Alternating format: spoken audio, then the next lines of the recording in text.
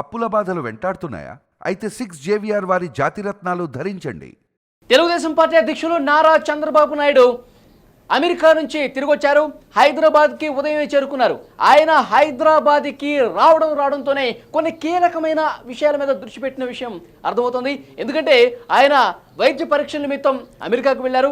అమెరికాకి వెళ్ళిన తర్వాత అమెరికా నుంచే కొన్ని ముఖ్యమైన విషయాలకు సంబంధించి రాష్ట్రానికి సంబంధించి కొంతమంది కీలకమైన వ్యక్తులతో మాట్లాడినట్టుగా మనకు సమాచారం ఉంది.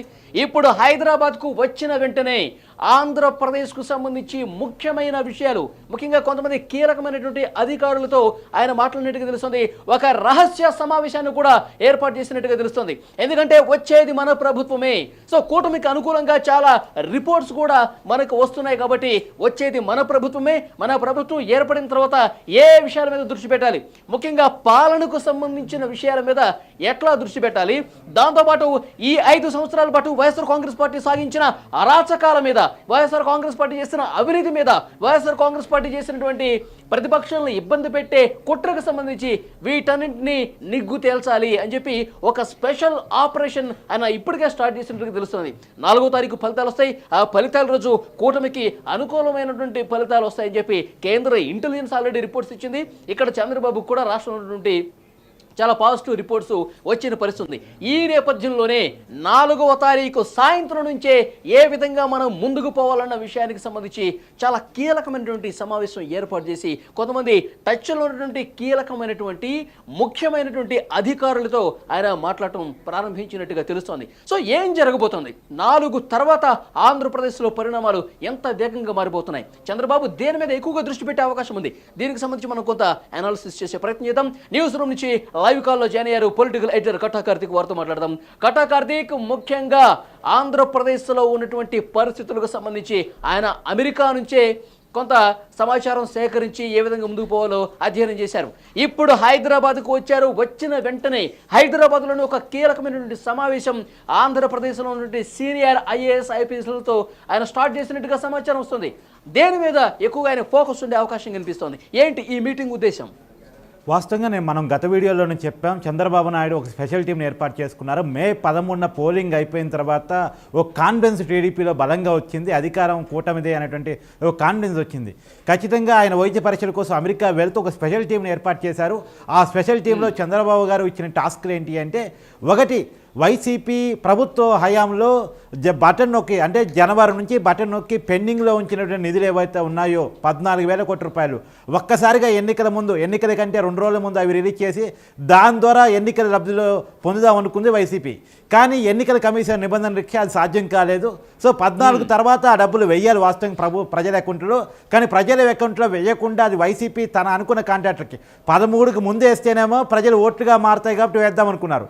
కానీ 13 వరకు వేసే అవకాశం లేకపోవడం వల్ల అది ప్రజల అకౌంట్లో వేయాల్సిన డబ్బుని పక్కదారి పట్టించారు. సిఎస్ జవహర్ రెడ్డి ద్వారా ఆ డబ్బును తీసుకొచ్చేసి వైసీపీ కాంట్రాక్టర్లకు అప్పచెప్పేసి ఆ కాంట్రాక్ట్ నుంచి కమిషన్ తీసుకుని ఆ డబ్బును తీసుకుని జగన్మోహన్ రెడ్డి లండన్ పోయాడనేటువంటి ఒక ప్రచారాన్ని టీడీపీ బలంగా నమ్ముతుంది.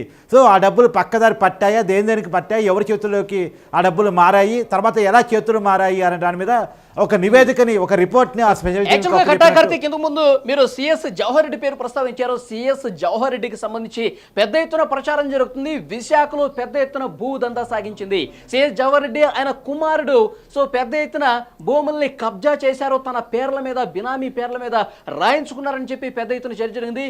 చంద్రబాబు నాయుడు దీని మీద చాలా సీరియస్ గా దృష్టి పెట్టినట్టు సమాచారం వస్తుంది. ఏం జరగబోతుంది ఈ భూములకు సంబంధించి విశాఖలో ఉన్నటువంటి? చంద్రబాబు నాయుడు హైదరాబాద్ రాగానే, చేరుకోగానే ఆయన నివాసంలో ఆయన ఏర్పాటు చేసుకున్నటువంటి స్పెషల్ టీంతో మీటింగ్ అయినట్టు తెలుస్తుంది. ఆ మీటింగ్లో వైసీపీ 5 సంవత్సరాల కాలంలో వివక్ష గురైనటువంటి పోస్టింగ్కి రానటువంటి, అంటే కోర్టులు ఆదేశించినా, క్యాట్ ఆదేశించినా పోస్టింగ్లు ఇవ్వనటువంటి ఒక సీనియర్ ఐపీఎస్ అధికారి ఆ భేటీలో కూడా పాల్గొన్నట్టు మనకు తెలుస్తోంది. ఈ 5 సంవత్సరాల కాలంలో పాల్పడే అనేక అరాచక అక్రమాల మీద చంద్రబాబు నాయుడు ఒక రిపోర్ట్ తెప్పించుకున్నట్టు తెలుస్తుంది. వైసీపీ ఏ విషయాల్లో అక్రమాలకు పాల్పడింది, ఏ విధంగా చేతులు మారింది, ఏ విధంగా ప్రభుత్వ ఖజానాకు గండిపడింది, ప్రత్యేకించి ఏపీ మద్యం పాలసీ ద్వారా ఏ మేరకు డబ్బులు చేతులు మారాయి, ఏపీ స్పెషల్ బ్రాండ్ల ద్వారా, జే బ్రాండ్ అంటారు, వాటి ద్వారా ఏ విధంగా డబ్బులు కొల్లగొట్టింది, ప్రజల ప్రాణాలను పణంగా పెట్టేసి డబ్బుల్ని ఏ రకంగా హైజాక్ చేసింది, 1,00,000 కోట్ల అవినీతికి పాల్పడిందని ఒక ప్రచారం ఉన్నటువంటి సమయంలో దాని మీద కూడా ఒక స్పెషల్ రిపోర్ట్ తయారు చేయించుకున్నట్టు తెలుస్తోంది. అలానే కాకుండా కాకుండా ఒక స్పెషల్ రిపోర్ట్ చంద్రబాబు నాయుడు ఆ టీం ద్వారా రెడీ చేయించుకున్నారు. ఆ టీంలో 3 ఐపీఎస్లు ఉన్నారు, రిటైర్డ్ అయినటువంటి ఐపీఎస్లు ఉన్నారు, అలాగనే 2 ఐఏఎస్లు ఉన్నారు, రిటైర్డ్ అయినటువంటి ఐఏఎస్లు ఉన్నారు, అలాగనే 3 సీనియర్ జర్నలిస్టులు ఉన్నారు. మొత్తంగా 3 సీనియర్ ఐపీఎస్, ఐఏఎస్, సీనియర్ జర్నలిస్టులతో కూడినటువంటి ఒక స్పెషల్ టీంని చంద్రబాబు ఏర్పాటు చేసుకున్నారు. వాళ్ళకు కొన్ని టాస్కులు అప్పచెప్పారు. చంద్రబాబు నాయుడు గారు అమెరికా వెళుతూ అప్పచెప్పారు. ఏంటండి ఈ 14,000 కోట్ల రూపాయలు ఎలా చేతులు మారుతున్నాయో ఒక రిపోర్ట్ తయారు చేయండి. అలానే జగన్మోహన్ రెడ్డి మద్యం పాలసీ ద్వారా ఏ రకంగా డబ్బులు కొల్లగొట్టాడనేది ఒక రిపోర్ట్ తయారు చేయండి. అలాగనే మన ఈ 1,00,000 కోట్ల రూపాయలు, ఎందుకంటే ఎన్నికల్లో ప్రజలకు హామీలు ఇచ్చున్నాం, వాటిని అమలుపరిచారంటే సంవత్సరం 1,00,000 కోట్ల రూపాయల వరకు అవసరం. అది కాకుండా ఈ ఉద్యోగుల జీతభత్యాల కోసం అయితే ఏంటి, డెవలప్మెంట్ యాక్టివిటీ కోసం అయితే ఏంటి, మరో 1,00,000 కోట్ల రూపాయలు అవసరం.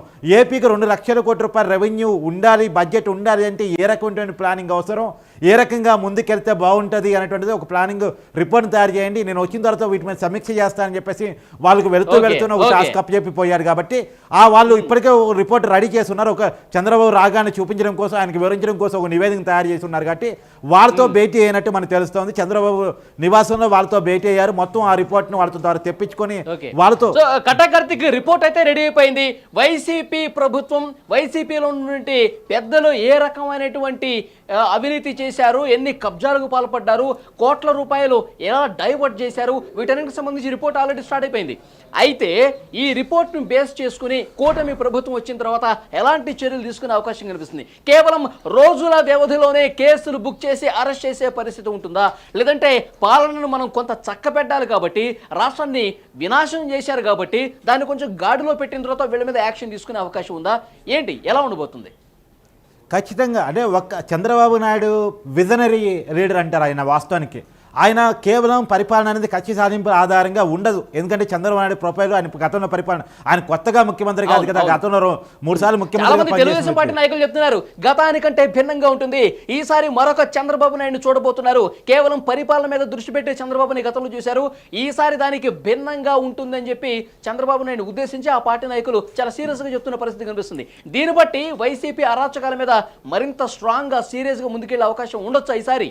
ఉండొచ్చు. ఎందుకు ఉండొచ్చు అంటే చంద్రబాబు నాయుడు ఎప్పుడు చూడని చేతి జాపకాలు చూశారు. ఆయన 50 రోజులు జైల్లో ఉంటారని ఆయన కల్లో కూడా ఊహించి ఉండడు. కానీ 50 రోజుల పైగా రాజమండ్రి సెంట్రల్ జైల్లో చంద్రబాబు గడిపారు. కాబట్టి అంటే ఏ నేరం చేయని నేనే జైలుకు పోయాను, నేరాలు చేసి ఘోరాలు చేసి జనాల సొమ్ముని అక్రమంగా సంపాదించేసి చేతులు మార్చుకున్న వీళ్ళని ఎందుకు వదిలిపెట్టారనేటువంటి విషయాన్ని చంద్రబాబు సిట్టిగా ఉండొచ్చు.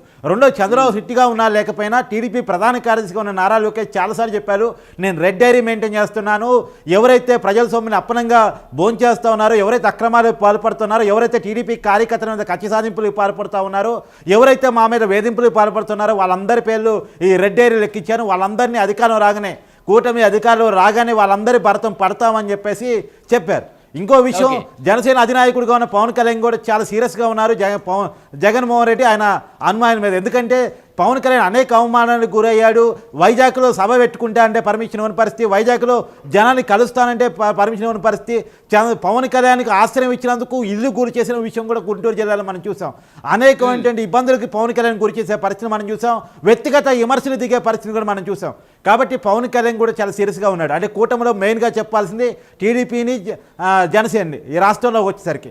ఇంకోవైపు కేంద్రంలో ఇదే కూటమిలో ఉంటుంది బీజేపీ కూడా చాలా స్ట్రిక్ట్గా ఉంది. ఇప్పటికే జగన్మోహన్ రెడ్డి మీద 50,000 కోట్ల రూపాయలటువంటి కుంభకోణం కేసు, అక్రమాస్తుల కేసు 2011 నుంచి పెండింగ్లో ఉంది. ఆ కేసులో ఇప్పటికే 3,000 సార్లు పైగా జగన్మోహన్ రెడ్డి విచారణ తప్పించుకున్నారు, వ్యక్తిగత ఆధారం నుంచి మినహాయింపులు పొందారు. అంటే సిబిఐ కేసులు కూడా రాబోయే కాలం స్పీడప్ అయ్యే పరిస్థితి కనపడతా ఉంది. కేంద్రంలో బీజేపీ కూడా చాలా స్ట్రిక్ట్గా జగన్మోహన్ రెడ్డి విషయంలో ఉంది. దానికి ఉదాహరణే జగన్మోహన్ రెడ్డి లండన్ పోతానంటే ఇవ్వద్దు పర్మిషన్ అని సిబిఐ కోర్టులో పిటిషన్ దాఖలు చేయడం దానికి ఉదాహరణ. అంటే గతంలో సిబిఐ వైఖరికి ఇప్పుడు సిబిఐ వైఖరికి తేడా వచ్చింది అనేటువంటిది ఉదాహరణ. సో కాబట్టి ఒకటి, చంద్రబాబు నాయుడు తన స్పెషల్ టీం ద్వారా తెప్పించుకున్న రిపోర్టు, రెండో, కేంద్రం యొక్క సీరియస్నెస్, రాబోయే కాలంలో ఖచ్చితంగా జగన్మోహన్ రెడ్డి గడ్డి పరిస్థితి ఉండబోతుంది అనేటువంటిది మనం మనకు అందుతున్న లేటెస్ట్ ఇన్ఫర్మేషన్ కట్టాకర్తిక ఇవాళ జరిగినటువంటి ఈ రహస్య సమావేశంలో ఒక సీనియర్ జర్నలిస్టు చంద్రబాబు నాయుడుతో ఒక మాట చెప్పారంట, మన ప్రభుత్వం వచ్చిన తర్వాత హోంమంత్రి పదవి కొంత కీలకంగా ఉంది కాబట్టి పవన్ కళ్యాణ్కి హోంమంత్రి పదవి ఇస్తే గనక ఇటు జనసేన కూడా సంతృప్తి చేసినటువంటిది. ఎందుకంటే గత కొన్ని సంవత్సరాలుగా అలుపెరగని పోరాటం వైసీపీ మీద పవన్ కళ్యాణ్ చేస్తున్నారు కాబట్టి ఆ రకమైనటువంటి ఆలోచన చేస్తే బాగుంటుందని చెప్పి ఒక సలహా ఇచ్చారట. సో వారు కోరుకుంటే డెఫినెట్గా మనం ఇద్దాం, అందులో వేరే ఆలోచనే లేదని చెప్పి కొంత సంతృప్తికరమైనటువంటి వ్యాఖ్యలు చేశారని ఒక సమాచారం అయితే వస్తుంది. నిజంగా అలాంటి పరిస్థితి ఉంటే ఎలా ఉండొచ్చు అంటారు? నాకు తెలిసి నేను అలా అనుకోను. ఖచ్చితంగా ఆ సూచన ఆ జర్నలిస్ట్ చేసి ఉండొచ్చు.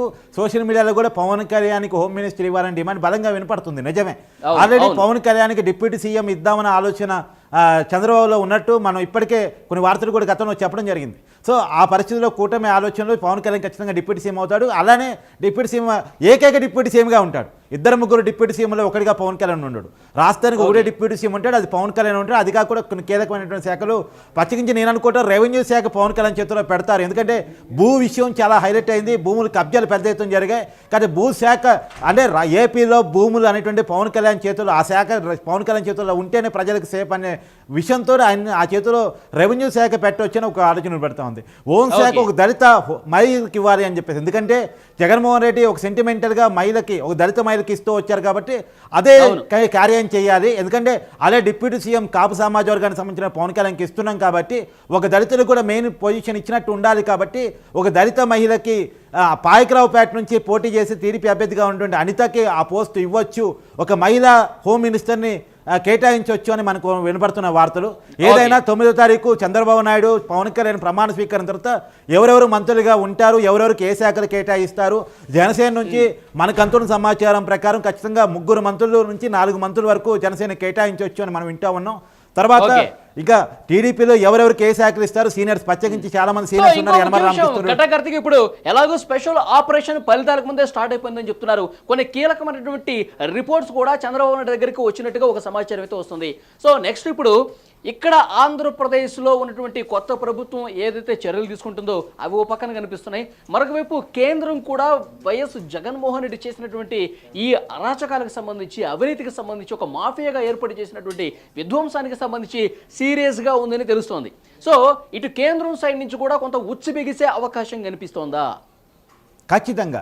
నేను ఇందా చెప్పిన దానికి ఉదాహరణే కదా, సిబిఐ అనేది కేంద్ర ప్రభుత్వ దర్యాప్తు సంస్థ. అది ఆ సంస్థ ఇంతకుముందు ఎప్పుడూ లేని విధంగా జగన్మోహన్ రెడ్డి గారు విదేశాలకు పోవడం కొత్త కాదు, తిరిగి రావడం కొత్త కాదు. కానీ ఎందుకు లండన్ పోతుంటే మొదటిసారి అతనికి పర్మిషన్ ఇవ్వద్దని కోర్టులో పిటిషన్ వేసింది అంటే సిబిఐ వైఖరిలో తేడా వచ్చినట్టే మనం అర్థం చేసుకోవాలి కదా. ఖచ్చితంగా మొన్నటి దాకా నేను చెప్తున్నాను కదా, 151 సీట్లతో రాష్ట్రం అసెంబ్లీలో బలంగా ఉంది, 22 పార్లమెంట్ సీట్తో లోక్సభలో బలంగా ఉంది, రాజ్యసభలో బలంగా ఉంది. సో టీడీపీ బలంగా లేదు, టీడీపీ ఎన్డీఏ కూటమిలో లేదు, బీజేపీకి వ్యతిరేకంగా ఉంది. సరే ఉన్నంతలో ఏపీలో ఎలాగో బీజేపీ బలంగా లేదు కాబట్టి ఎక్కువ పార్లమెంట్ సీట్తో బలంగా ఉన్న వైసీపీతో ఫ్రెండ్షిప్ని బీజేపీ కొనసాగించింది. కానీ గతానికి భిన్నంగా టీడీపీ పోయి మళ్ళీ ఎన్డీఏ కూటమిలో జాయిన్ అయిపోయింది. ఇప్పుడు వైసీపీ పోయినసారి వచ్చి 150 సీట్లు వచ్చే పరిస్థితి లేదు, 22 పార్లమెంట్ స్థానాలు వచ్చే పరిస్థితి లేదు, రాజ్యసభలో బలం కూడా తగ్గిపోతుంది. కాబట్టి గతంలో వైసీపీ ఉన్న అవసరాలు బీజేపీకి ఇప్పుడు ఉండే అవకాశం లేదు. అదిగాక అధికారం పోతా ఉంది, అదిగాక ప్రతిపక్షంలో ఉన్న టీడీపీ ఇప్పుడు ఎన్డీఏ కూటమిలో చేరిపోయింది, అది అధికారంలో రాబోతా ఉంది అనేది వాళ్ళకు వస్తున్న రివ్యూ కూడా. కాబట్టి ఖచ్చితంగా గతంలో ఉన్న విధంగా వైసీపీ తోటి జగన్ తోటి సంబంధాలు కేంద్రం మెయింటైన్ చేసే అవకాశమే లేదు. కేంద్రం మెయింటైన్ చేయట్లేదు అంటే ఖచ్చితంగా దర్యాప్తు సీరియస్గా పోయే అవకాశం ఉంది, దూకుడుగా పోయే అవకాశం ఉంది. ఈడీ సిబిఐలు ఖచ్చితంగా జగన్మోహన్ రెడ్డి మీద గట్టి వెయిటే వేసే అవకాశం కనపడుతూ ఉంది. సో మొత్తానికి చూసుకుంటే కనుక ఇటు రాష్ట్రం నుంచి కేంద్రం సైడ్ నుంచి కూడా రెండు వైపులా వైఎస్ జగన్మోహన్ రెడ్డి గారికి ఉచ్చు బిగిసే అవకాశం చాలా స్పష్టంగా కనిపిస్తుంది. ఇవాళ రహస్య సమావేశంలో కొంతమంది సీనియర్ అధికారులతో, జర్నలిస్టులతో మీటింగ్ ఏర్పాటు చేసుకున్నారు చంద్రబాబు నాయుడు గారు. ఇప్పుడు వస్తున్నటువంటి రిపోర్ట్స్ అన్ని కూడా కూటమికి చాలా అనుకూలంగా ఉన్న నేపథ్యంలో ఇప్పుడు ప్రమాణ స్వీకారం తర్వాత మన ప్రభుత్వం వచ్చిన తర్వాత ఏ అంశాలు ఇటు పాలనకు సంబంధించి కావచ్చు, వైసీపీ అరాచకాలకు సంబంధించి కావచ్చు, ఆల్రెడీ రిపోర్ట్స్ రెడీ అయిపోయిన నేపథ్యంలో నెక్స్ట్ ఏ విధంగా మనం ముందుకెళ్లాల్సిన పరిస్థితి ఉంది, దీని మీద కూలంకషంగా ఇప్పటికే ఉన్న రిపోర్ట్స్ ముందు పెట్టుకుని ఆలోచన చేస్తున్నట్టుగా తెలుస్తుంది. ఆ తర్వాత కేంద్రం నుంచి కూడా చాలా అంటే చాలా సీరియస్గా జగన్మోహన్ రెడ్డి మీద కొంత గుస్సాగా ఉన్నట్టుగా తెలుస్తుంది. ఎందుకంటే ఇక్కడ ప్రభుత్వం మారిన వెంటనే యాక్షన్ ప్లాన్ రెడీకి కేంద్రం కూడా సిద్ధమవుతున్నట్టుగా మనకు వస్తున్నటువంటి ఇన్ఫర్మేషన్. చూద్దాం ఇక భవిష్యత్ పరిణామాలు ఏ విధంగా ఉంటాయన్నది.